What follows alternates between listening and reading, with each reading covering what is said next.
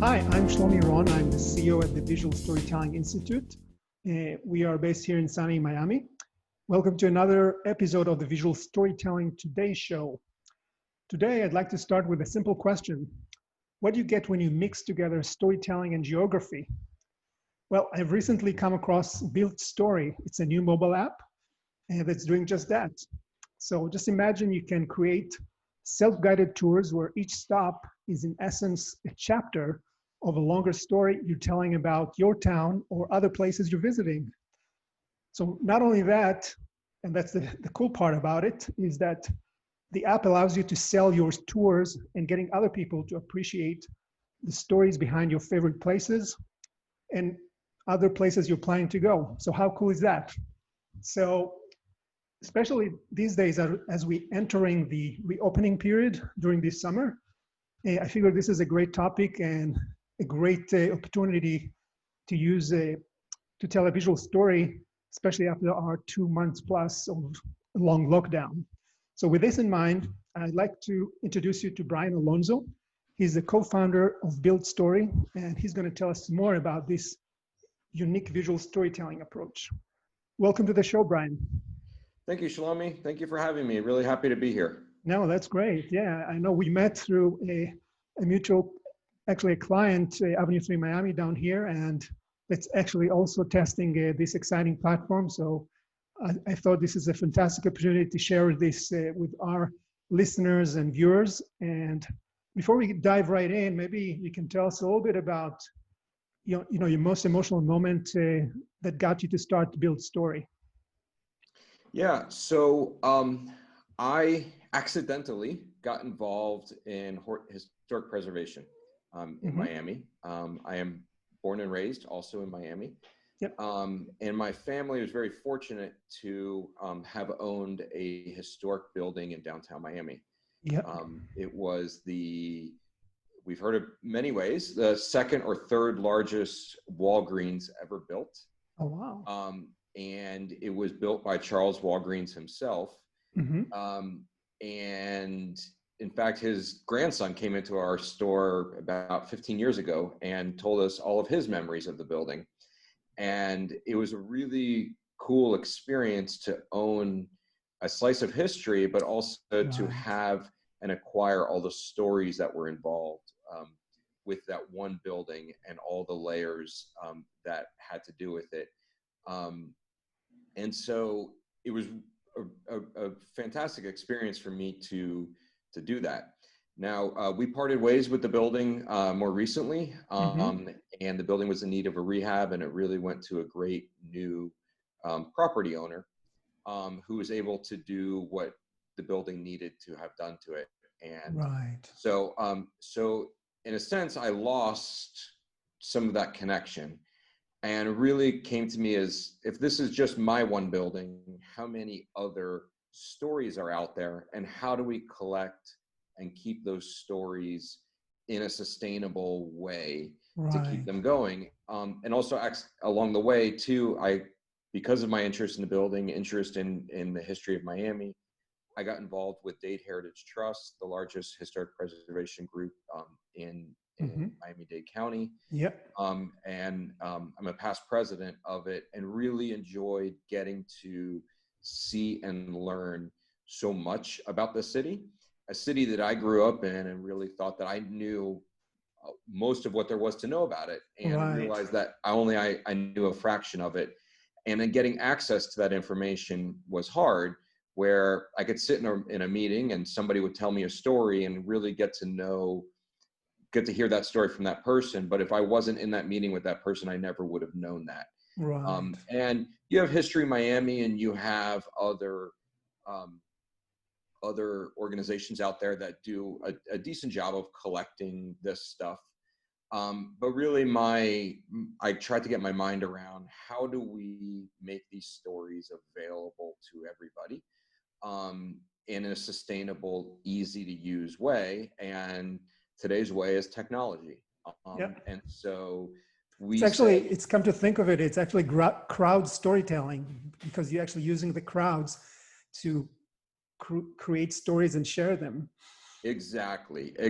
And part of it is not not my stories, but it's Yeah, everybody else's stories and collecting them together. exactly. So, so what we did was we s- touring, touring, and going from location to location to location Hmm. really is the best way to get to know a city and best way to get a story out.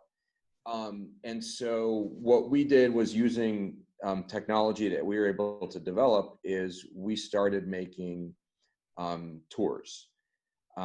However, going along with what you were saying is we don't create any of the content for these tours. Hmm. That is for other people. That is for Right. the storytellers to have. And what we are is we realize that our best asset could be to develop the technology to allow people to tell these stories in a Right. digital way. Yeah. No, this is so cool. Yeah. I especially liked, when you've got the idea by, while you still had the business in that building, people come to you and ask you about some of the stories of that historical building. And that's kind of initiate your idea for the power of story and why it's important to preserve these precious stories. So, no, this is awesome. So let me ask you something I ask all my guests. How do you define visual storytelling?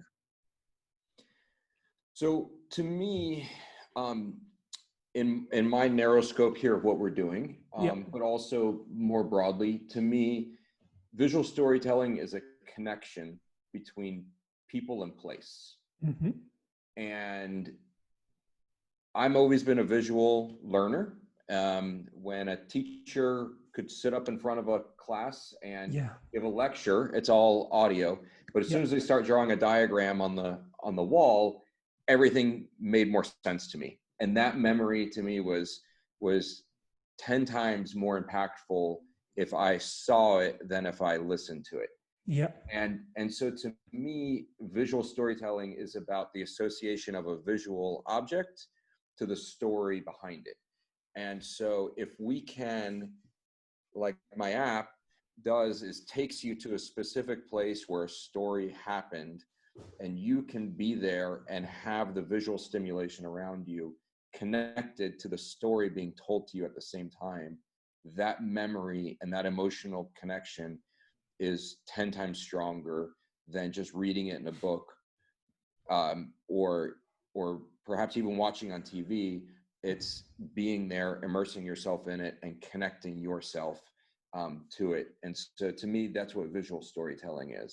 No, you're absolutely right. I mean, from this perspective, we know that stories have a tremendous power to really transport people to places, locations. And so I would argue that what you've built is some sort of a time machine that allows people to, re-experience stories of other people's, so what they saw through their stories and visuals and images and videos that you're going to show us later. So this is so cool. So the other part that I really liked about this platform is that we typically think about tour guides as really going through the traditional historical aspect of a place, more kind of a tourism perspective. But I really liked your vision that your purpose is really to allow tour creators to use physical location to trigger personal fantasy storytelling. Can you explain a little bit about that? Yeah. So as we started, definitely when people think of a tour and walking around your city square, and you got a tour guide taking you around, most frequently it's either architecture tours or historical tours, Yeah. and that's really what it started with, and that's really, based on my history and the genesis of where this happened. It was playing in that arena. But we realized once we made this infrastructure and this digital environment where you can go to one point, tell a story, go to another point, tell a story, go to another point, tell a story, we realized that there's so much more than just history and architecture, that there's cultural, Yeah. there's art in public places, there's food, and food definitely tells a big story, and what it is that inspired a chef to do that, and what is that emotional connection Yep. between you and the food, and getting that interpretation through through storytelling. And then you can even do fictional storytelling and have a fantasy or ghost tours or all of this storytelling really opened up as soon as the way that you very appropriately describe it is doing storytelling with geography, realizing that it really opens up all these doors. So it's not just history or architecture. Right. And it's not just touring; it's storytelling, Exactly. and that's what the name of our app is BuiltStory. Built meaning the built environment, and storytelling, and putting them together into a really interesting narrative. So since our audience is comprised of visual storytellers, marketers, entrepreneurs, maybe just to kind of bring to life what you're just telling us, how you can really transform each stop into a chapter in an overarching story that represent a tour. Maybe you can share a few examples of a tour that actually demonstrate that. Sure. So just to tell you some of the details of how the app works, Sure. it's a connection of stops Mm-hmm. that will tell the story, and in between the stops there's directions, and it's all done. We built it all on Google Maps, using Google Places and Google Directions. So all of that is that very familiar environment that you're in when you're doing GPS directions in your car. Yep. And so so what we did at each stop, we made the story to be able to be told using 4 methods, which is pictures, text, audio files, or video files. And it can be any one of those 4, or it could be all 4 of those. That's so cool. It could be whatever the storyteller thinks he needs to be able to tell the story, and to sufficiently tell the story. So, if it's a historic photo of a particular event that happened Mm-hmm. at that current location where I'm standing right now, Yep. a still photo could be it. It could be a text narrative, just a written narrative. It could be the tour guide, recording himself, talking at that location and doing what they want to do. Could be a historical video, whatever it is that could tell the story of it. And then also, so one way we've heard it described, I think it's an effective way of describing it, is think of a Facebook post. Yep. On every Facebook post, you can do text, you can do pictures, you could do video. Right. You can do an audio file. I don't know if you can do an audio file on Facebook, but on ours we can do audio files. So think of each location as like a Facebook post. And then in addition, on a Facebook post, you can get comments and you can get, sub messages down below.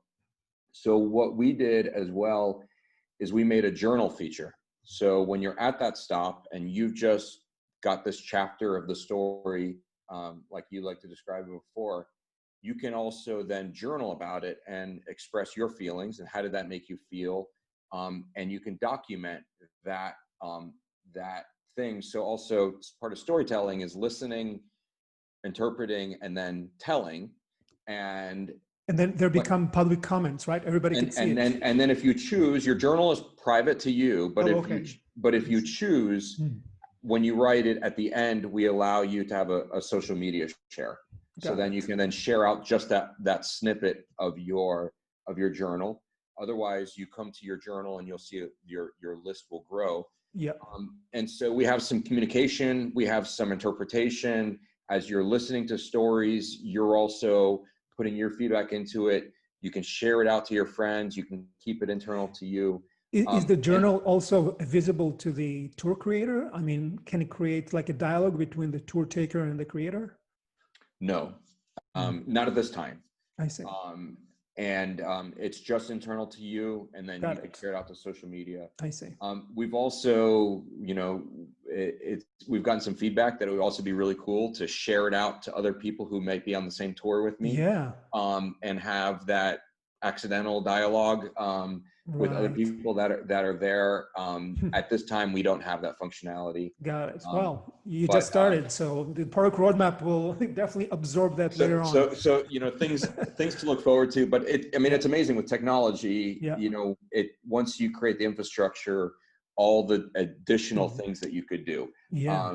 and One thing, all one the thing, stuff is one thing you probably forgot to mention is that those tours can actually be customized to walking and driving.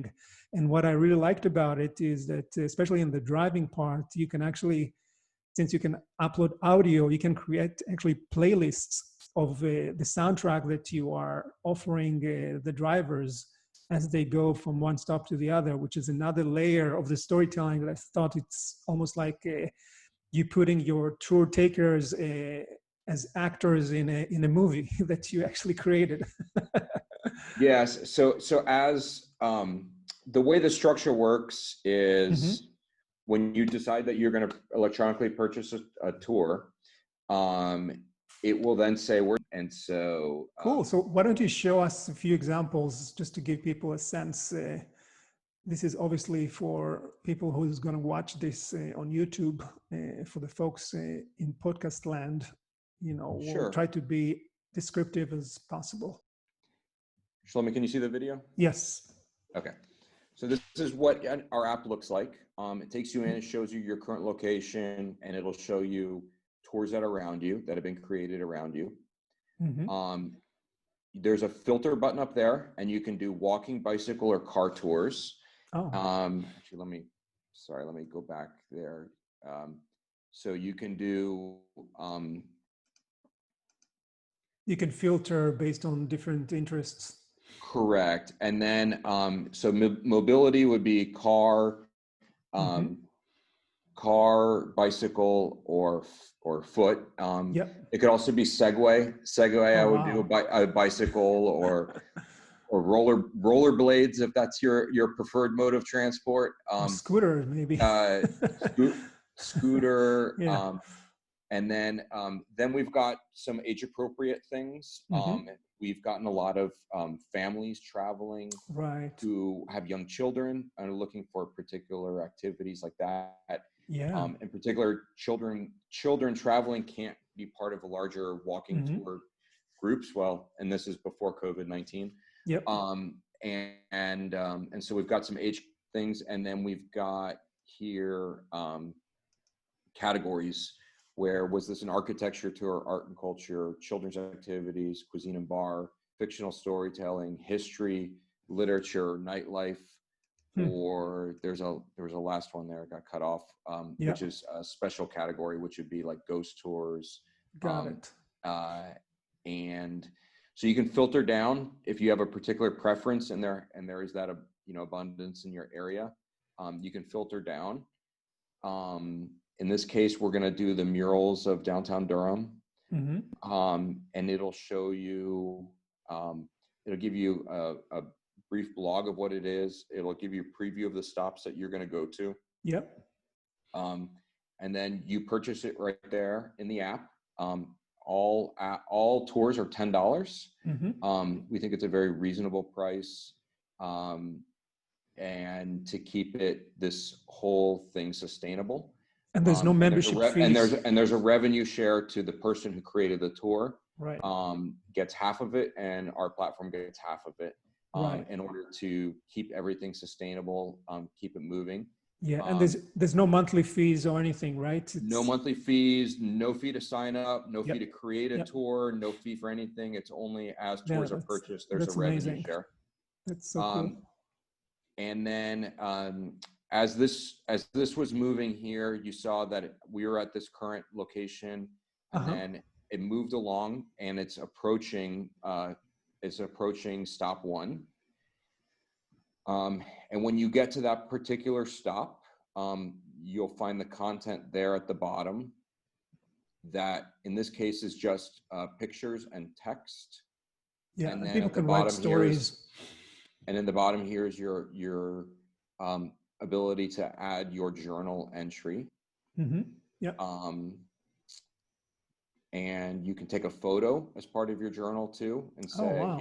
here's where I was, here's where I was, here's my Hmm. memory of being there.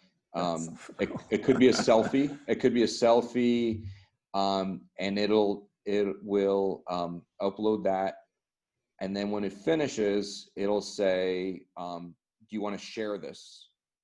And if Oh, you choose to share it, it will, it'll ask you on, do you want to send it on Facebook, LinkedIn, mm-hmm. and or where you choose to want to share it. And in this case, now we hit next to stop 2. And now it'll give you directions to the next stop, To the next stop. Yeah. and the next stop, and the next stop. Oh, So, so that's an example, a little bit of how the touring is mechanics. Mm-hmm. working. Yep. And then, and I think Shlomi, you asked me also to do an example of what an audio or a video would look like. Yeah. Here's an example of somebody who did a video file. Yep. And this stop is at the Jumpin' Java coffee shop.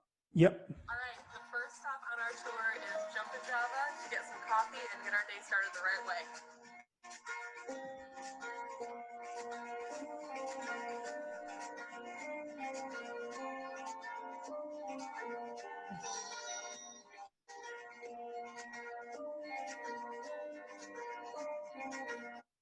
Yeah, that's so cool. I mean, Yeah, and it's amazing.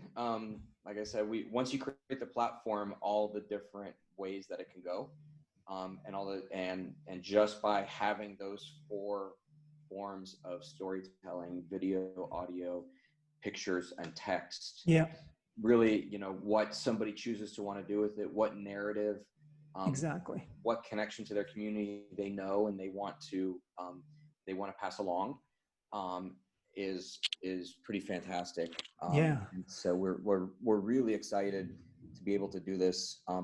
And we've also gotten a question. I'll bring it up. Is that are these virtual tours? Meaning, Mm-hmm. I'm still sitting on my sofa, Right. and I can take these virtually. The short answer is yes. If somebody chooses to want to do that, they certainly can. Nothing holding them back from doing that. But they really are intended to be in the field, Yeah. and going to, like I said, the connection between people and place. The impact is just so much more when you are there Right. doing it. No, definitely. And connecting. And so they really are. These are intended to be self-guided tours. And then the other advantage of tech as well is you can really get to some remote locations where a traditional tour really wouldn't have gotten you to. No, definitely. And taking a tour of downtown is easy. Taking a tour of South Beach is easy. But as soon as you start getting into the Redlands or areas like Opelika that might have a fascinating history, Yeah, a tour the more guide, obscure places.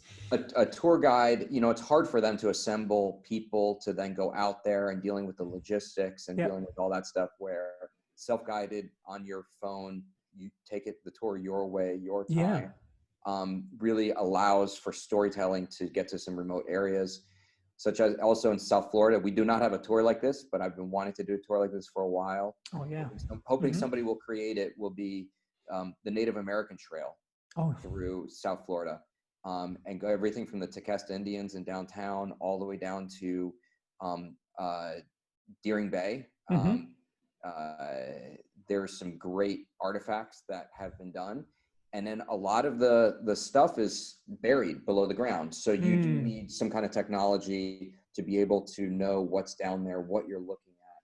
Right. And to be able to get a better idea along the Miami River there. And so throughout the South Florida, there's a number of Native American things that story can just be told, and there's nobody organizing those trails at the time, and technology can be a great way to get there. Yeah, so let's switch gears, and now that we know a little bit about the app and how you can create stories, different visual formats, What would you say was your toughest challenge of launching the platform and how you handled it? So just like any tech, Yeah, everything is easy until it's not easy. right. And so we've been at this for over a year now, Mm-hmm. just putting the tech together and creating some of the challenges. Mm-hmm. A big part of the challenge, it has been dealing with Apple. Oh, really? I have a little sore spot right now for Apple, that they labeled our app digital content, Mm-hmm. and Apple is in the business of selling digital content Right. themselves. So they really put some very difficult restrictions on it, including when delaying payment and then taking a very large percentage of stuff Oh. from us. It's the stuff you're hearing on the national conversation going on Yeah. right now. Yeah. And if we were selling physical goods, it wouldn't have anything to do with it. But as soon as you get into digital content, they like to protect that for themselves. So I've had to have multiple payment processors, and I've had to create a whole lot of infrastructure in the back end to accommodate Apple. And that was extremely frustrating to me. And that was really hard. That set us back 4 to 5 months. Wow. Alone. But now you're probably the expert in how to get an app accepted on Apple. So that's just an example of some of the tech struggles that we went through. And that has been the hardest challenge. The pleasant surprise has really been getting our app in front of people, in particular tour guides and storytellers. And just getting them signed up has been an extreme pleasant surprise, and we're really loving the feedback that we've been getting. You said you have about over 100 tours right now, right? We've got over 100 tours created already. And our map we built on Google Maps, so it exists everywhere in the United States as of today. We have a deadline on Monday that we're going to be opening up all of Europe as well. Oh, that's so cool. So really, really, really, really excited by that. And so slowly, moving along, but tours can be created anywhere in the United States right now. And so, like any new product, one challenge is getting the product built, and the other challenge is getting the word out there that the product exists. Quick question: Can somebody outside the U.S. can create a tour in the U.S., or they need to be in the U.S.? No. The short answer is you can be anywhere and create a tour anywhere. Okay, got it.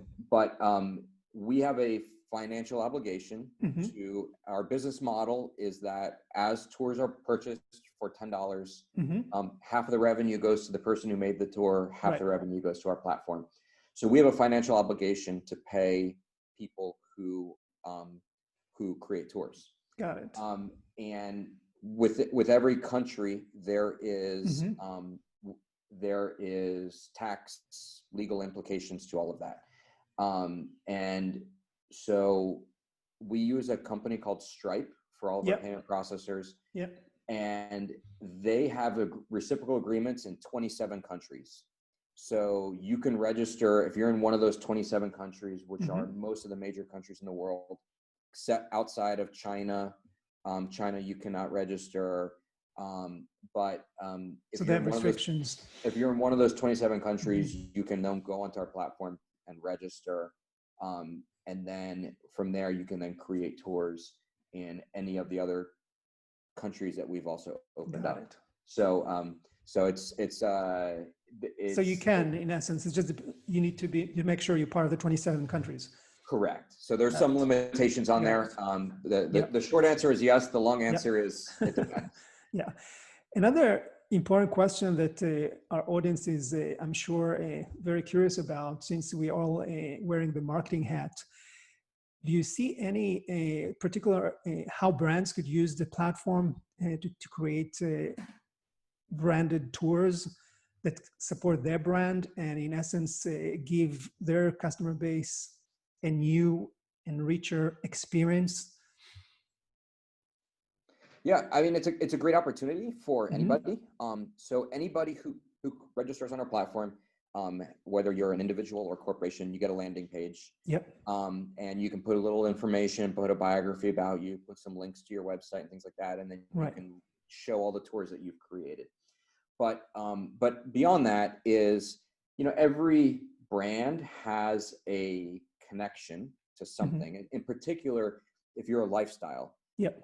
and you would want to maybe do some tours that are connected to that lifestyle. Mm-hmm. So if you're a Jeep brand and you wanted to do off-roading excursions, certainly those kinds of things could be possible in there.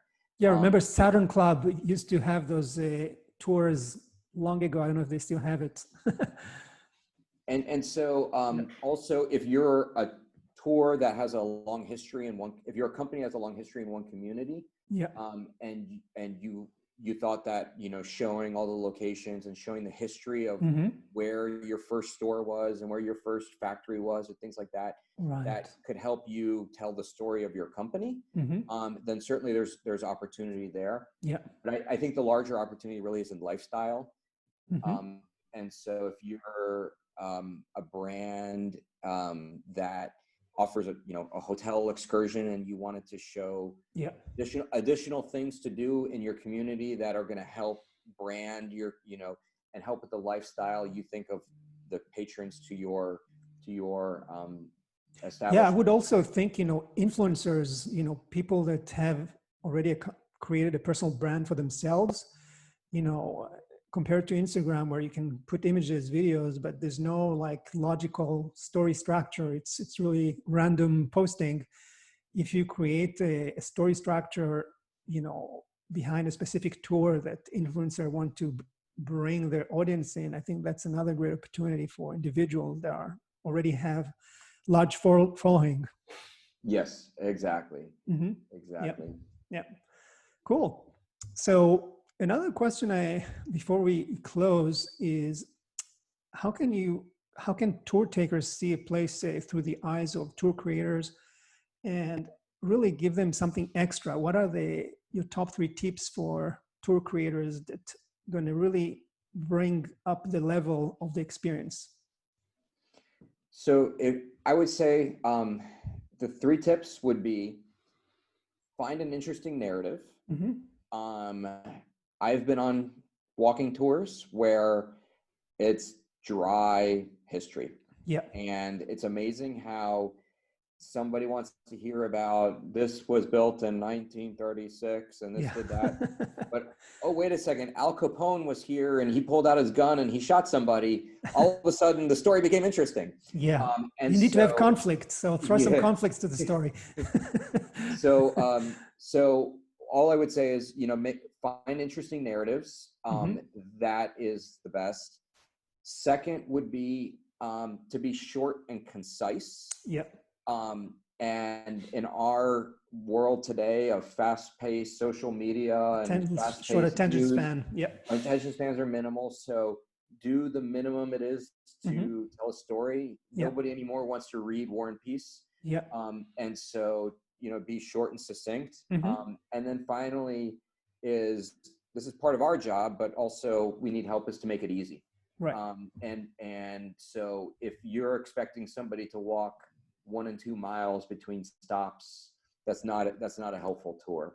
And so we are making it easy to deliver the stories, but also, do make sure that the content, the quality of the content, the geography and everything is easy.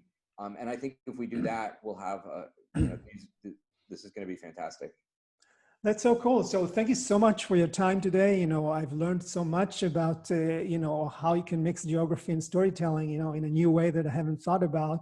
And I really think that this platform could have a fantastic potential, both with individuals and brands. And lastly, how can our audience best contact you if they have any questions? Sure. Our website has a lot of information, BuiltStory.com. Yep. And we've got places to leave us messages there. We've also got a lot of FAQs, things like that you might be able to find. We've got maps there where you can search tours that might be available in your area. That we've got the links there to download our app. But any particular question you might have, send it to hello@builtstory.com. And happy to get back to you as soon as possible and be able to answer any questions you might have. So really excited to be working with everybody and really excited to get this out there. And Shlomi, thank you so much for hosting me today. This was fantastic. Awesome. No, that's a lot of fun on my end as well. So thank you, everybody. And I hope to see you here in the next episode of the Visual Storytelling Today podcast. Thank you.